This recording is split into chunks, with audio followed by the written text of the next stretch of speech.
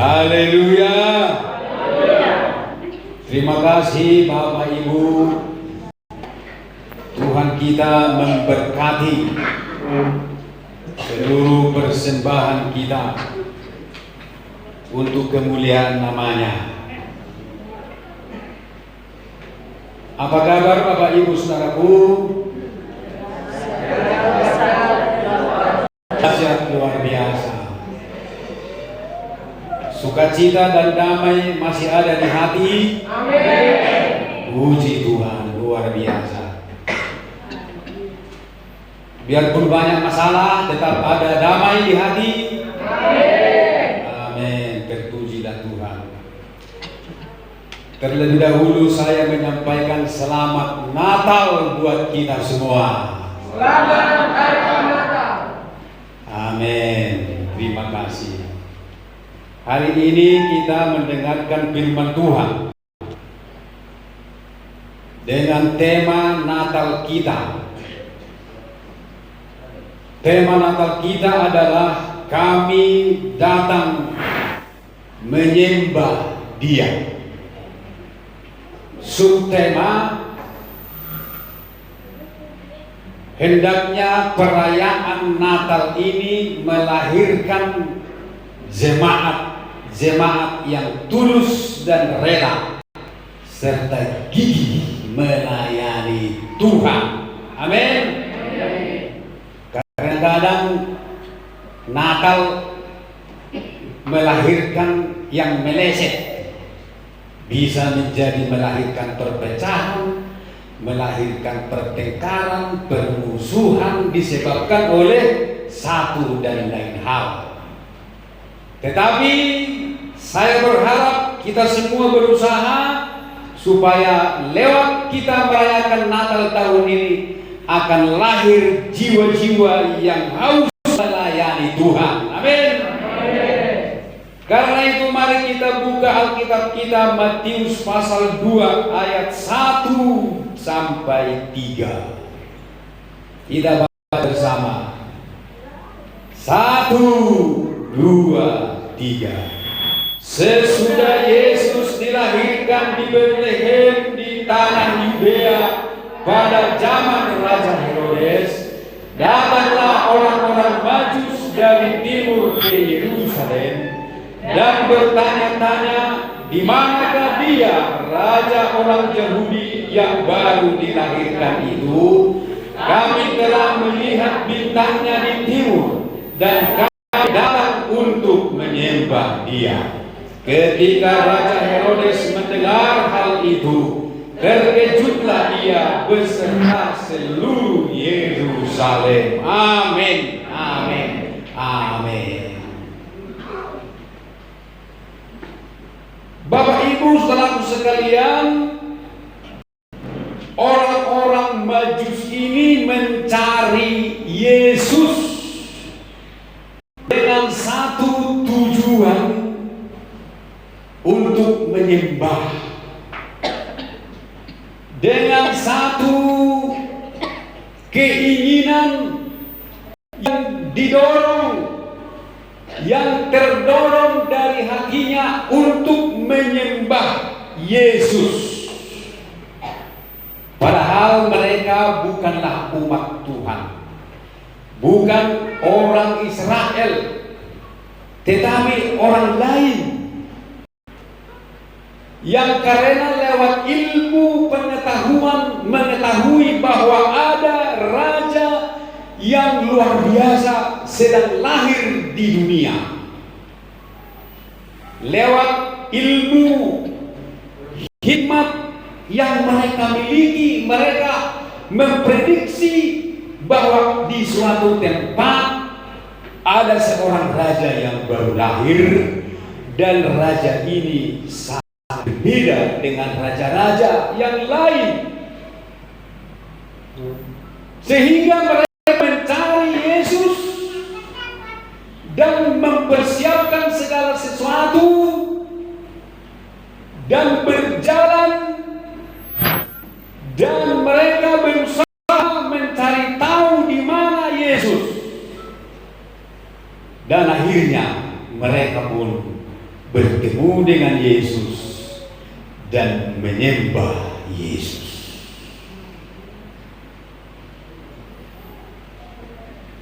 Menyembah ini itu adalah ibadah. Ibadah. Kita dapat menyembah Tuhan lewat ibadah. Jadi di akhir zaman Tuhan akan menggerakkan bangsa-bangsa lain untuk beribadah kepada Dia. Seperti Yesaya 60 ayat 1 sampai 5 berkata, "Bangkitlah menjadi teranglah, dan terangmu datang, sebab kemuliaan Tuhan terbit atasmu. Sebab sesungguhnya kegelapan menutupi bumi, dan kekelaman menutupi bangsa-bangsa. Tetapi terang Tuhan terbit atasmu, dan kemuliaannya menjadi nyata atasmu." Bangsa-bangsa ini, bangsa-bangsa berduyun-duyun datang kepada terangmu, dan raja-raja kepada terang, kepada cahaya yang terbit bagimu. Angkatlah mukamu dan lihatlah ke sekeliling, mereka semua datang berhimpun kepadamu. Anak-anakmu laki-laki datang dari jauh, dan anak-anak perempuan digendong. Pada waktu itu engkau akan heran melihat dan berseri-seri. Engkau akan tercengang dan akan berbesar hati, sebab kelimpahan dari seberang laut akan berlari kepadamu, dan kekayaan bangsa-bangsa akan datang kepadamu. Mengapa kegerakan itu terjadi? Mengapa orang Majus datang menyembah? Karena memang Allah mengutus anaknya ke dalam dunia melawan umat manusia, supaya umat manusia dapat beribadah kepada Allah. Lukas 1, ini ayatnya ibu bapak. Saya tunjukkan mengapa dia melawan dunia. Tujuannya apa? Salah satu tujuannya, Lukas pasal 1 ayat 74. Supaya kita terlepas dari tangan musuh, dapat beribadah kepadanya tanpa takut, dalam kekudusan dan kebenaran di hadapannya seumur hidup kita. Jadi untuk apa Allah merawat manusia? Dia menjadi manusia turun ke dunia, salah satu supaya kita dapat beribadah tanpa takut, dapat beribadah tanpa takut dalam kekudusan dan kebenaran di hadapannya selama 2 tahun. Amin. Amin. 2 tahun itu seumur hidup kita. Mengapa pula harus lewat ibadah? Mengapa pula lewat harus penyembahan? Sebab Tuhan mau mengembalikan gambarnya yang hilang dan rusak itu kepada manusia. Karena dulunya Allah menjadikan manusia menurut gambarnya, serupa dengan wajahnya Tuhan, sesuai dengan karakternya Tuhan. Makanya dikatakan dungi makin Jehovah kapok pamadorma tumiru mata tudos tu panahut. Jadi dulu kita diciptakan sesuai gambarnya, sesuai karakternya. Tetapi karena dosa hilang, kita berubah wajah, kita berubah karakter. Maka dia datang lagi mengutus anaknya supaya kita dapat beribadah, agar lewat ibadah penyembahan kita kembali serupa dengan dia. Karena kita akan sama, akan serupa dengan orang yang kita sembah. Kita akan menjadi serupa dengan orang yang kita idolakan. Karena itu jangan mengidolakan artis Korea. Nanti kamu menjadi seperti artis Korea.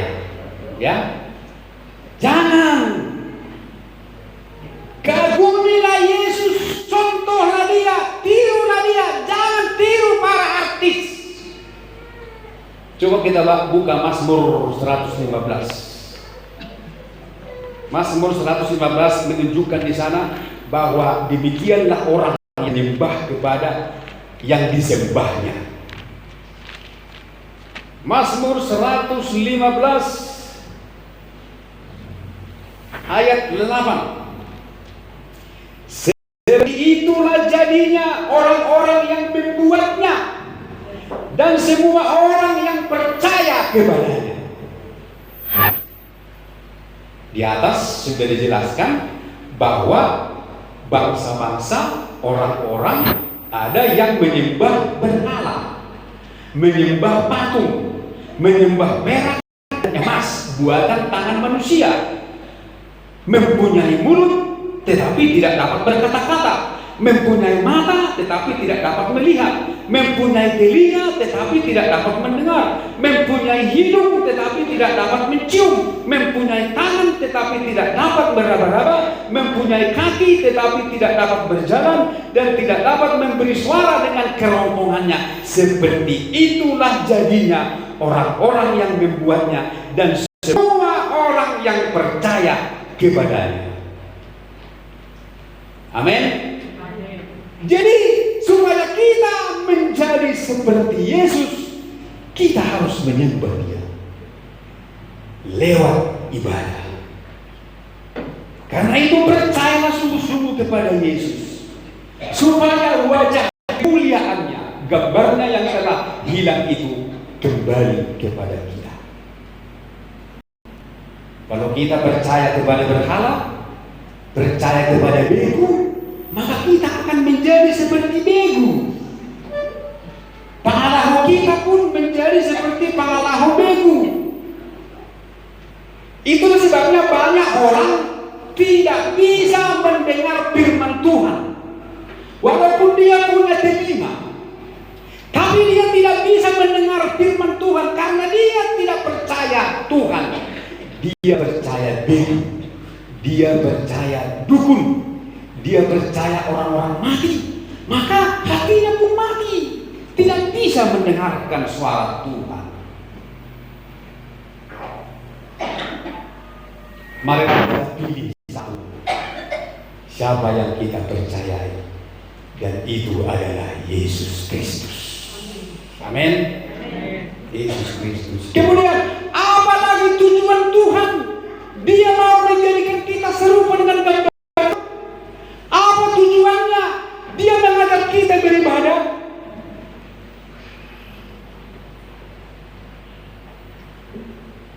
Apa tujuannya, Ibu Bapak? Mau mengembalikan wajahnya. Dia menuntut kita, dia menuntun kita menyembah Dia, beribadah seperti orang-orang Majus. Jadi orang-orang Majus inilah orang yang pertama atau yang kedua menggenapi firman Tuhan. Di mana tadi dalam Lukas pasal 1 itu dinubuatkan bahwa Allah melawat umatnya supaya kita beribadah. Dan ternyata yang pertama melakukannya adalah orang Majus, beribadah dengan membawa persembahan. Amin. Memang di awal-awal sudah ada para gembala yang datang menyembah Yesus, tetapi mereka tidak membawa apa-apa. Tetapi orang Majus, mereka datang dengan membawa harga dan membawa harta dan menyembah, kemudian mempersembahkan emas. Emas artinya adalah yang terbaik. Emas artinya yang terbaik. Jadi marilah kita beribadah kepada Tuhan dengan yang terbaik. Amin. Dengan yang terbaik, sikap hati yang terbaik,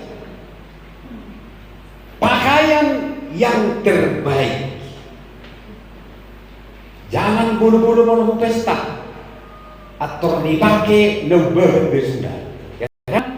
Alai mau nomor minggu akan nomor baunak dohut kotor.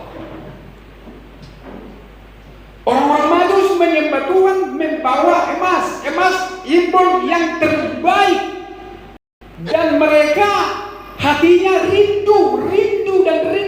Jadi fakta Natal sesungguhnya, kalau ada semangat Natal di hati kita, kita akan selalu rindu beribadah. Amin. Rindu beribadah. Dan tujuan kita ke sana untuk menyembah, bukan tujuan yang lain. Karena lewat ibadah itu Tuhan mau mengembalikan kemuliaannya kepada manusia. Karena seperti yang kita sembah, maka seperti itulah kita. Tujuannya untuk apa? Supaya kita tidak menjadi sumber masalah dan tidak menjadi korban-korban permasalahan atau kesukaran. Saya ulangi, supaya kita tidak menjadi sumber masalah, tidak menjadi sumber kesukaran. Kalau kita datang beribadah kepada Tuhan tidak untuk menyembah Dia, kita menjadi sumber masalah. Kalau kita melihat dalam 2 Timotius 3, bahwa kesukaran di akhir zaman terjadi, dan kesukaran itu ditimbulkan oleh orang-orang yang beribadah. Ya, 2 Timotius 3 ayat 1 mulai. Ketahuilah bahwa pada hari-hari terakhir akan datang masa yang sukar.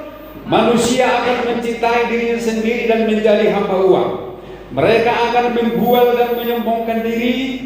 Mereka akan menjadi pemfitnah. Mereka akan berontak terhadap orang tua dan tidak tahu berterima kasih, tidak mempedulikan agama, tidak tahu mengasihi, tidak mau berdamai, suka menjelekkan orang, tidak tahu tentang diri, garang, tidak suka yang baik, suka mengkhianat, tidak berpikir panjang, berlagak tahu, lebih menuruti hawa nafsu daripada menuruti Allah. Secara lahiriah mereka menjalankan ibadah mereka, tetapi pada hakikatnya mereka mengingkari kekuatannya. Jauhilah mereka itu. Jadi siapakah yang menyebabkan kesukaran ini terjadi? Yaitu orang yang tidak sungguh-sungguh beribadah. Dan siapa yang menjadi korban-korban daripada kesukaran-kesukaran di akhir zaman ini adalah orang-orang yang tidak sungguh-sungguh beribadah. Jadi mereka beribadah, menyembah, tetapi mereka menjadi sumber kesukaran, bahkan masuk dalam kesukaran. Jadi kalau semua orang Kristen sungguh-sungguh beribadah dan menjalankan firman Tuhan, dunia ini pasti aman. Amin. Aman. Tidak ada korupsi, semua orang Kristen, pejabat Kristen semua baik-baik di kantor. Tidak ada yang korupsi, tidak ada tukang selingkuh, tidak ada yang menjadi perusak di negara ini, maka tidak akan timbul kesukaran. Tetapi karena manusia hanya beribadah, tidak sungguh-sungguh beribadah, tidak ada kuasa ibadahnya, yaitu keobahan hidup. Jadi ibadah itu mengubah kita dari hari kepada hari menjadi serupa dengan Dia yang kita sembah. Tetapi kalau kita hanya beribadah, tujuan kita untuk menyembah, hanya beribadah, tidak ada perubahan hidup. Berpuluh-puluh tahun kita merayakan Natal, tetapi Natal itu tidak memberi kuasa, tidak ada kekuatannya mengubah hidup kita. Maka kesukaran-kesukaran pun terjadi. Bahkan yang pertama, kesukaran itu dalam gereja. Masalah itu akan timbul di dalam gereja dari orang-orang yang tidak sungguh-sungguh beribadah. Kesukaran-kesukaran, masalah-masalah akan timbul di gereja yang sumbernya adalah anak-anak Tuhan yang tidak sungguh-sungguh melayani. Coba semua kita sungguh-sungguh. Coba semua kita menerapkan kasih Kristus. Ditampar pipi kanan, kasih pipi kiri. Aman gereja ini. Aman. Dijelek-jelekkan pun di sana selalu berkata, "Aywana nama, orang nama teh tapi merasa maluin kan?" Aman gereja itu. Mau dimarahi pun, mau diomeli pun, mau ditegur pun, tapi karena dia menjalankan ibadah itu, dia menerima dengan penuh syukur, maka tidak akan ada persoalan yang timbul, tidak akan ada kesukaran. Juga di dalam diri yang lebih besar lagi, di tengah masyarakat, bangsa dan negara, bahkan di dunia. Jadi kita harus ikut membantu pemerintah untuk menjadikan negara kita aman, lewat kita sungguh-sungguh menjalankan ibadah kita. Amin Ibu Bapak. Amin. Supaya kita tidak menjadi sumber kesukaran dan tidak masuk dalam kesukaran itu. Itulah sebabnya Tuhan datang melawat kita supaya kita beribadah menyembah, dan lewat ibadah itu kita menjadi garam dan terang dunia. Tetapi bagaimana respon manusia? Bagaimana respon kita terhadap ajakan Tuhan untuk beribadah? Kita belajar dari respon bangsa Israel. Mereka berkata, belum waktunya kami membangun rumah Tuhan. Firman Tuhan berkata, bangunlah rumahku, naiklah ke gunung.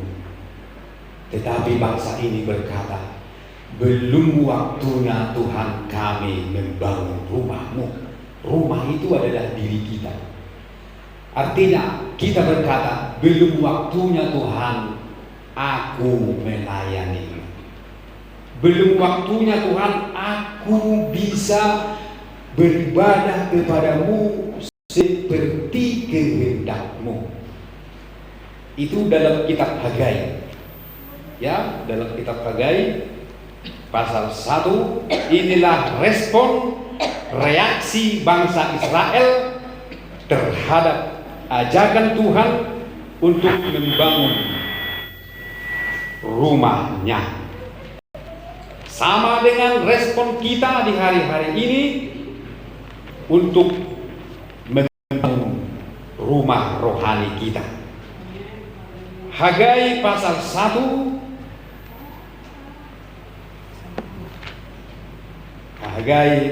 Hagai pasal 1 ayat 2.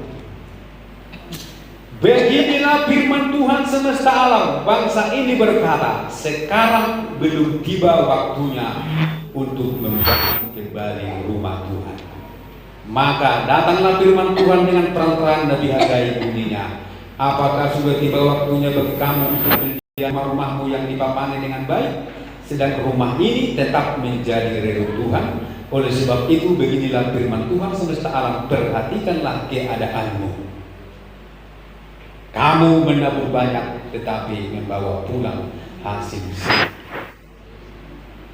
Kita berkata, Tuhan, belum waktunya saya setia padamu.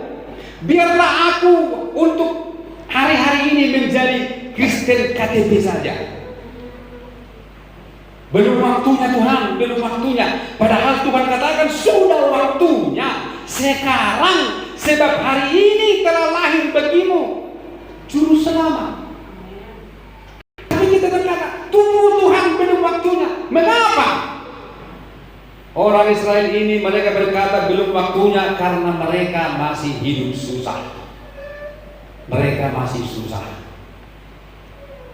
miskin dan banyak persoalan, banyak pergumulan, banyak kebutuhan. Maka mereka berkata belum waktunya Tuhan. Begitulah kita anak-anak Tuhan, karena kesulitan kita dalam segala bidang, kita berkata, tangtik kina lebih Tuhan, boya umurjutuho, suri masuk, putus masuk, aku motoon, inna kan? Shalom.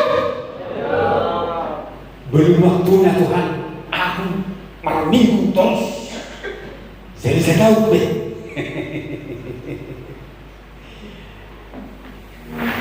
Ya kan ibu bapak, alanya dan mereka dari Tuhan, gopobe sila kolokku. Padahal Tuhan katakan, marilah kepadaku semua yang letih dan berbeban berat, aku akan memberi kemegahan kepadamu. Tapi kita bilang belum waktunya. Kita pikul sendiri beban kita. Belum waktunya Tuhan, ekonomiku belum mantap. Aku masih marhai semakturuk, maka aku belum bisa membangun rumahmu ini. Apa kata Tuhan? Ya udahlah, kalau memang belum waktunya, udahlah, lakukanlah maumu. Lalu dia pun menabung, buka ini, buka itu, buka jual sayur, jual tomat, jual kacang, jual ikan asin, jual semua. Tapi apa kata Tuhan? Hasil sedikit.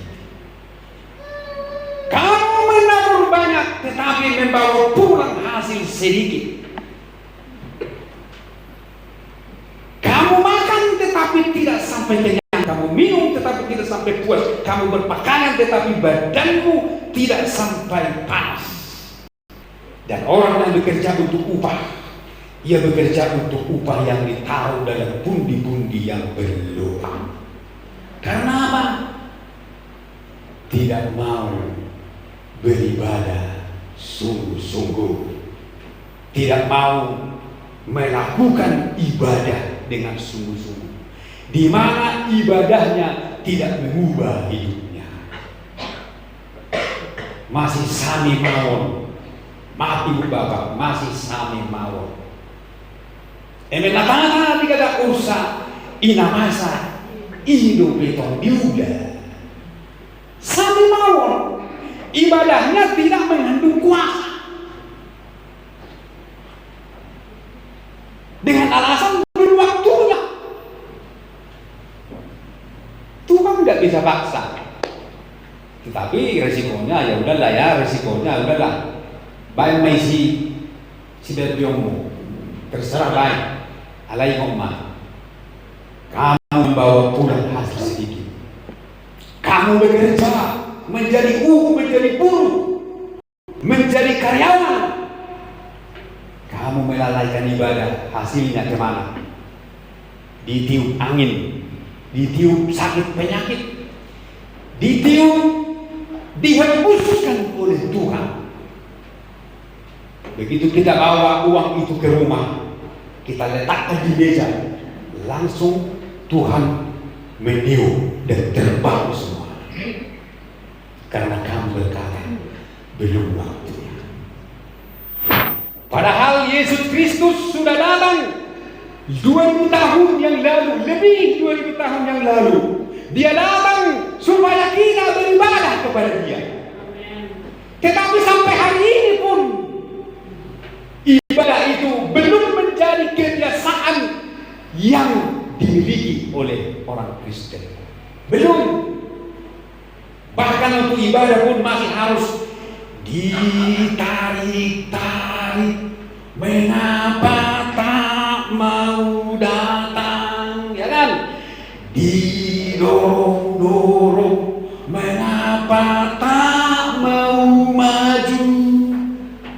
Mau sonik, ojuk pun namanya. Ditarik bang lo, mau dirujukkanlah ke bondan. Bapak Ibu saudara, Tuhan sayang kita.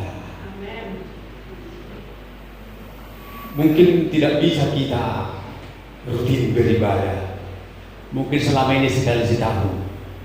Tahun depan bikinlah 4 kali setahun. Amin. Tahun berikutnya 10 kali setahun. Tahun berikutnya lagi 12 kali. Sampai akhirnya setiap ibadah kita ada. Amin Ibu Bapak. Kita tidak memberi respon yang baik terhadap lawatan Tuhan. Tetapi kita sendiri yang menanggung risikonya. Karena itu lewat perayaan Natal ini lahirlah jemaat-jemaat yang rajin beribadah. Haleluya. Supaya apa yang kita kumpulkan bisa kita nikmati. Karena kita bertanya juga, Tuhan, mau halo Tuhan, nggak berjuang tuh, mar minggu lalu di hari Minggu. Ada semua masalah sono. Akhirnya sudah nanti nakumu habis. Lakaidan. Apakah kita beribadah sungguh-sungguh? Apakah kita sudah menerapkan firman Tuhan untuk beribadah? Firman tidak dilakukan. Firman Tuhan katakan, percaya saja kepada Tuhan Yesus, jangan ada yang lain. Tapi kalau masih hati kita masih percaya kepada tahayul dan dongeng nenek-nenek tua, 1 Timotius 4 ayat 7 berkata, tetapi jauhilah tahayul dan dongeng nenek-nenek tua, dan latihlah dirimu beribadah. Latihan badan terbatas gunanya, tetapi ibadah mengandung janji untuk hidup masa kini dan untuk hidup masa yang akan datang. Haleluya.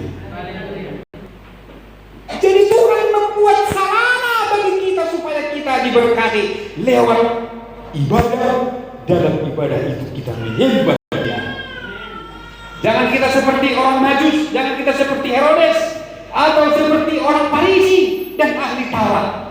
Mereka sudah tahu bahwa Yesus ada di Betlehem, tapi mereka tidak mau datang menyembah Tuhan di Betlehem. Amat terlebih orang Farisi ahli Taurat yang tahu hukum, yang tahu firman Tuhan. Mereka gengsi. Amat terlebih Herodes gengsi dia. Udahlah kalian pergi lihatlah ke sana. Nanti kalau sudah ketemu kasih tahu kami, kasih tahu saya, dan aku juga menyembah dia. Gengsi dia datang ke sana. Gengsi dia datang menjumpai Yesus di Betlehem. Banyak juga anak-anak Tuhan yang gengsi beribadah, gengsi ke gereja, merasa hina kalau ke gereja. Sampai matinya Herodes tidak pernah bertemu dengan Yesus. Bahkan ahli Taurat dan orang Farisi dan imam-imam kepala, sampai Yesus naik ke surga, mereka menjadi penentang terbesar Yesus. Tidak pernah mau bersahabat dengan Yesus karena sombong. Bapak Ibu saudara sekalian, kami datang hanya untuk menyembah Dia. Inilah teladan kita, seperti orang Majus. Ya, kita bergumul ibu bapak. Tuhan sudah mau datang ini. Amin. Iya, dia sudah mau datang. Kalaupun dia belum datang-datang, kita juga mungkin 30 tahun lagi yang seumuran dengan saya sudah mau mati, ya kan? Kemana kita sudah mati? Sekarang umur saya sudah di 50, tinggal 35 tahun lagi, ya kan? 85. Ibu bapak maunya berapa? Terserah, bebas memilih, bilang sama Tuhan.